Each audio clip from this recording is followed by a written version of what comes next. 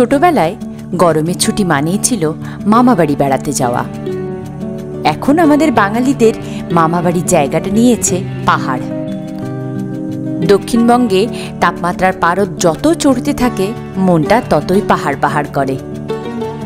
আর পাহাড় বলতেই সবার আগে যে নামটা মনে আসে তা হলো দার্জিলিং। গরমের ছুটি পড়তে আর বেশি দেরি নেই, ট্রেনের টিকিটটা এই বেলা কেটেই ফেলুন, কারণ আজকের ভিডিওতে আমি আপনাদের দেব দার্জিলিং জেলার বেশ কিছু অফবিট জায়গার সন্ধান। কিভাবে যাবেন, কোথায় থাকবেন আর কি কি দেখবেন সেই সমস্ত কিছুই তথ্য থাকবে আজকের ভিডিওতে, তাই ভিডিওটি শেষ পর্যন্ত দেখার অনুরোধ জানাই।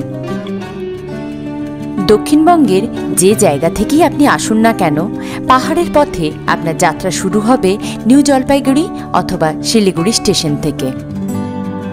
এই দুটো স্টেশনের বাইরে স্ট্যান্ড থেকেই আপনি গাড়ি পেয়ে যাবেন, সেটা প্রাইভেট গাড়ি হোক বা শেয়ারে।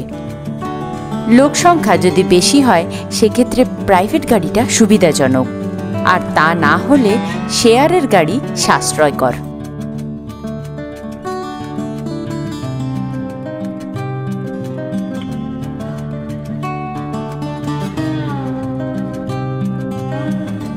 শিলিগুড়ি থেকে রোহিণীর পথে দার্জিলিং আসতে গেলে পরে টুং, সোনাদা এবং ঘুম। আর এই সোনাদার কাছাকাছি রয়েছে বেশ কিছু আকর্ষণীয় ট্যুরিস্ট স্পট, যেমন এটি হলো সোনাদা মনেস্ট্রি। 1966 সালে কালু রিংপোচে নামক এক ধর্মগুরু এই মনেস্ট্রি প্রতিষ্ঠা করেন। 1989 সালে তার মৃত্যুর পর তার মরদেহ এখানে মমি রূপে সংরক্ষণ করা আছে।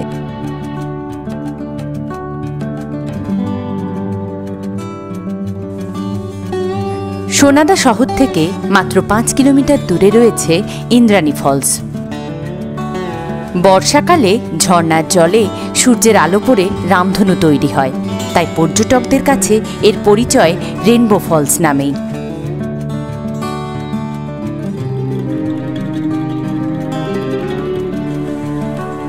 সোনাদাতে আরেকটি আকর্ষণীয় জায়গা হল গ্রোটো, যেখানে যীশুখ্রিস্টের ক্রুশবিদ্ধ হওয়া এবং তার পরবর্তীকালীন ঘটনাগুলিকে খুব সুন্দর ভাস্কর্যের সাহায্যে ফুটিয়ে তোলা হয়েছে।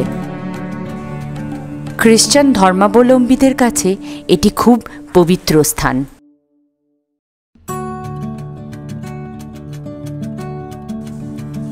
এই রাস্তাতেই আরেকটি জনপ্রিয় পর্যটন কেন্দ্র হল কার্শিয়াং। কার্শিয়াং মূলত শহর, তবে এর কাছাকাছি রয়েছে অনেকগুলি ট্যুরিস্ট অ্যাট্রাকশন পয়েন্ট, যেমন ক্যাসেলটন টি গার্ডেনের মধ্যে রয়েছে 43 ফিট লম্বা হনুমান স্ট্যাচু ভিউ পয়েন্ট।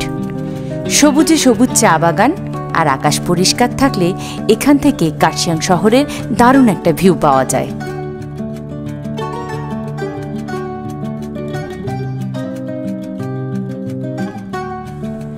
এখান থেকে একেবারে কাছেই রয়েছে বিখ্যাত বা কুখ্যাত যাই বলা যাক না কেন সেই ডাউহিল রোড। আর এই রাস্তাটা শেষ হয় ডাউহিল স্কুলে গিয়ে।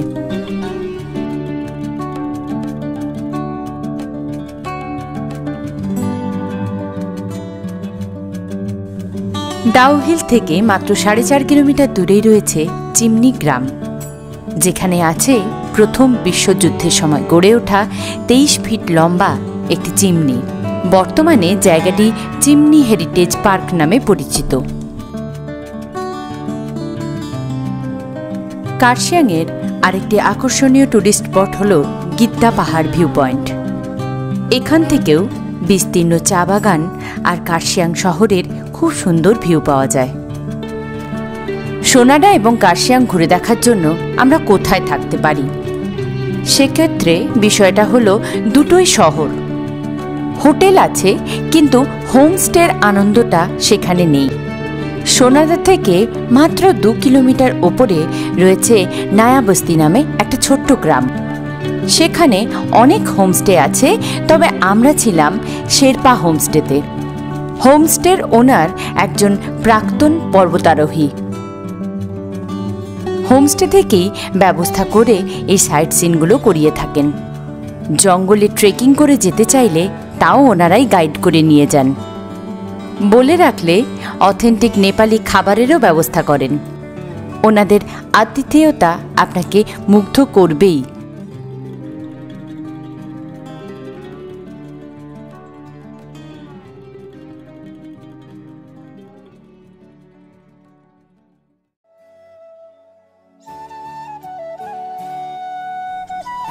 সাইট সিন করার তাড়াহুড়োতে না গিয়ে চা বাগানের মাঝে পাহাড়ের কোলে 2 দিন যদি নিশ্চিন্তে কাটাতে চান, তার সেরা ঠিকানা হলো রাঙ্গারুন।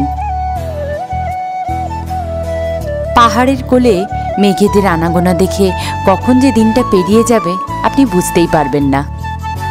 ইচ্ছে হলে পায়ে পায়ে হেঁটে আসতে পারেন চা বাগান থেকে, ঘুরে দেখতে পারেন টি ফ্যাক্টরি। এখানে থাকতে পারেন গুড টাইম হোমস্টেতে। যোগাযোগের নাম্বার স্ক্রিনে দেয়া থাকলো।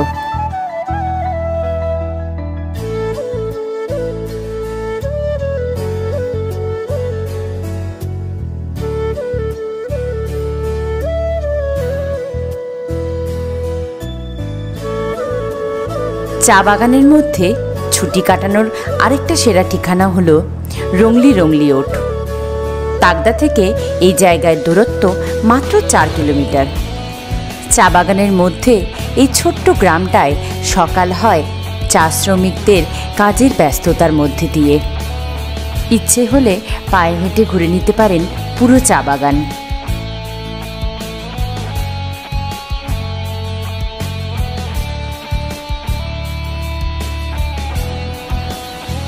রংলি ওটের খুব কাছেই রয়েছে তাগদা অর্কিড সেন্টার। রবিবার বাদে প্রতিদিনই এই অর্কিড সেন্টার খোলা থাকে। অর্কিড ছাড়াও বিভিন্ন প্রজাতির সাকুলেন্ট এবং ক্যাকটাস রয়েছে এই বাগানে। এখান থেকে খুব কাছেই গুম্বাদারা ভিউ পয়েন্ট। পাহাড়ের পর পাহাড়, গিয়ে যেন দূরে কোথায় আকাশে মিশে গেছে, এরকমই একটা ল্যান্ডস্কেপ এই জায়গা থেকে পাওয়া যায়। দূরবীনে চোখ রেখে দেখে নিতে পারেন দূরে তিস্তা নদী এবং সিকিমের বেশ কিছু শহর। অতি পরিচিত লামাহাটাই ইকো পার্ক তাগদা থেকে মাত্র 10 কিলোমিটার। তাগদা বা রংলি ওট যেখানেই থাকুন না কেন, খুব সহজেই Lamahata eco park day today ঘুরে আসা যায়। রংলি চা বাগানের মধ্যে থাকার জায়গাটা একটু সীমিত, তবে তাগদাতে হোমস্টের অভাব নেই। আর একটু অন্যরকম অভিজ্ঞতার জন্য তাগদা হেরিটেজ বাংলোগুলোতে থাকা যেতেই পারে। কয়েকটি হোমস্টে এবং হেরিটেজ বাংলোর নাম্বার ডেসক্রিপশন বক্সে দেয়া রইল।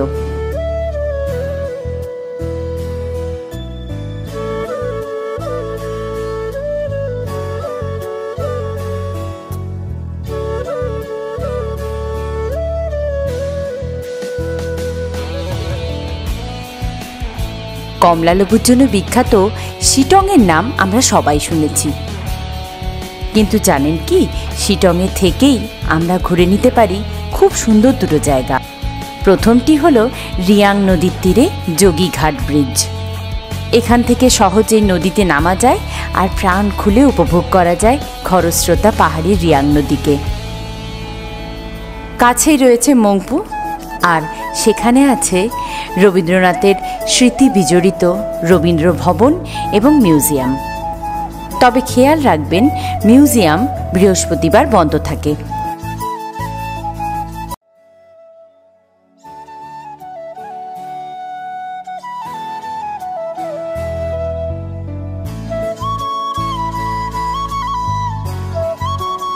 সব থেকে শেষে আসছি পাহাড়ের রানী দার্জিলিং শহরের গল্প নিয়ে। হ্যাঁ জানি, দার্জিলিং শহর সম্পর্কে সবারই জানা। না, সেই একই পরিচিত জায়গাগুলোর গল্প বলে আপনাদের বোর করব না। আজ আপনাদের খোঁজ দেব কিছু অল্প পরিচিত জায়গার।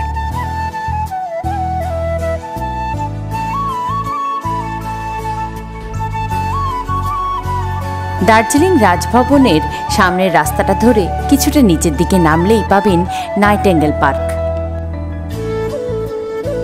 খুব সুন্দরভাবে সাজানো হরেক রকম ফুল ছাড়াও আকাশ পরিষ্কার থাকলে এখান থেকে অসাধারণ কাঞ্চনজঙ্ঘার ভিউ পাওয়া যায়। গাছপ্রেমী হলে অবশ্যই একবার ঘুরে আসতে পারেন Lloyd botanical garden. Darjeeling taxi stand থেকে এর দূরত্ব মাত্র 1.5 কিলোমিটার। এখানে আছে প্রায় 150 বছরের পুরনো একটি লেগুমিনাস গাছ, এছাড়াও অনেক ধরনের অর্কিড। যারা বোটানি নিয়ে পড়াশোনা করছে তাদের জন্য এই জায়গাটা একটা এনসাইক্লোপিডিয়াও বলা চলে।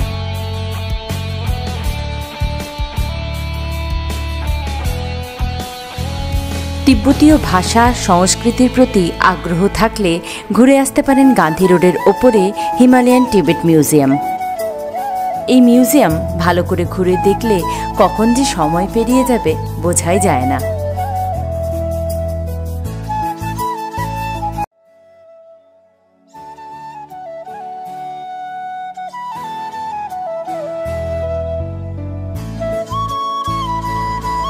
বাঙালিদের বেড়ানো আবার খাওয়া দাওয়া ছাড়া হয় নাকি?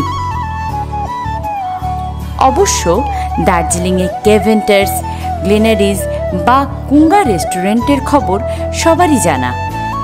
তাই আজ আমরা যাব অল্প পরিচিত কিছু খাবারের দোকানের খোঁজে।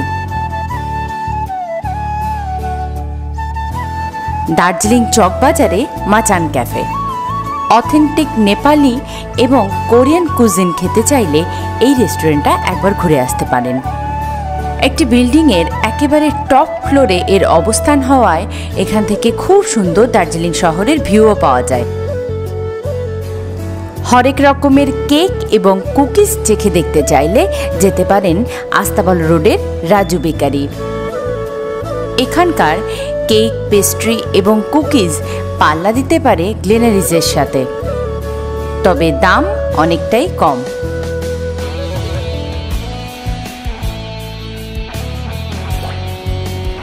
আজকের ভিডিওর মধুরেণ সমাপয়েত হোক নারায়ণ দাসের মিষ্টি দিয়ে। দার্জিলিং চকবাজারে প্রায় 150 বছর আগে প্রতিষ্ঠিত এই মিষ্টির দোকান আজও স্বমহিমায় বর্তমান। এখানকার মিষ্টির স্বাদ বেশ ভালো, তবে দাম সামান্য বেশি। আজকের ভিডিওটা আপনাদের কেমন লাগলো অবশ্যই জানাবেন। আজকের ভিডিও সম্পর্কে কোনো কোয়েরি থাকলে কমেন্ট বক্সে অথবা আবার ইনস্টাগ্রাম হ্যান্ডেলে ডিএম করতে পারেন। তবে গরমের ছুটিতে পাহাড় ঘুরে এসে আপনাদের অভিজ্ঞতা আমার সাথে শেয়ার করতে ভুলবেন না যেন। পাশে থাকার জন্য অনেক ধন্যবাদ।